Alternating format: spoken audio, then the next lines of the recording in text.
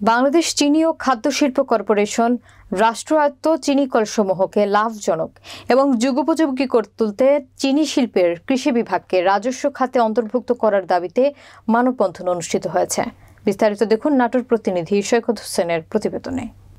বৃহস্পতিবার বেলা 12টার দিকে Natore sugar mill গেটে এই মানববন্ধন অনুষ্ঠিত হয়।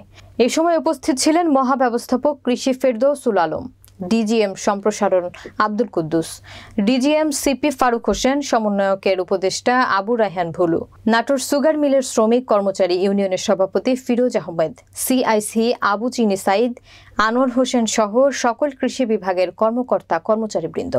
এ সময় বক্তারা 3 দফা দাবি তুলে ধরেন। দাবিগুলো হলো বাংলাদেশ চিনি ও খাদ্য শিল্প কর্পোরেশনের অধীনস্থ চিনি কলসমূহের কৃষি বিভাগকে রাজস্ব খাতে অন্তর্ভুক্ত করতে হবে, বাংলাদেশ চিনি ও খাদ্য শিল্প কর্পোরেশনের কৃষি বিভাগকে শিল্প মন্ত্রণালয়ের অন্তর্ভুক্ত করতে হবে, বাংলাদেশ চিনি ও খাদ্য শিল্পে কর্পোরেশনের কৃষি বিভাগ কর্মরত কৃষিবিদ, ডিপ্লোমা কৃষিবিদ সহ সকল ইক্ষ উন্নয়ন সহকারী সিডিএ, সিআইসিদের কৃষি সম্প্রসারণ অধিদপ্তরে অন্তর্ভুক্ত করতে হবে।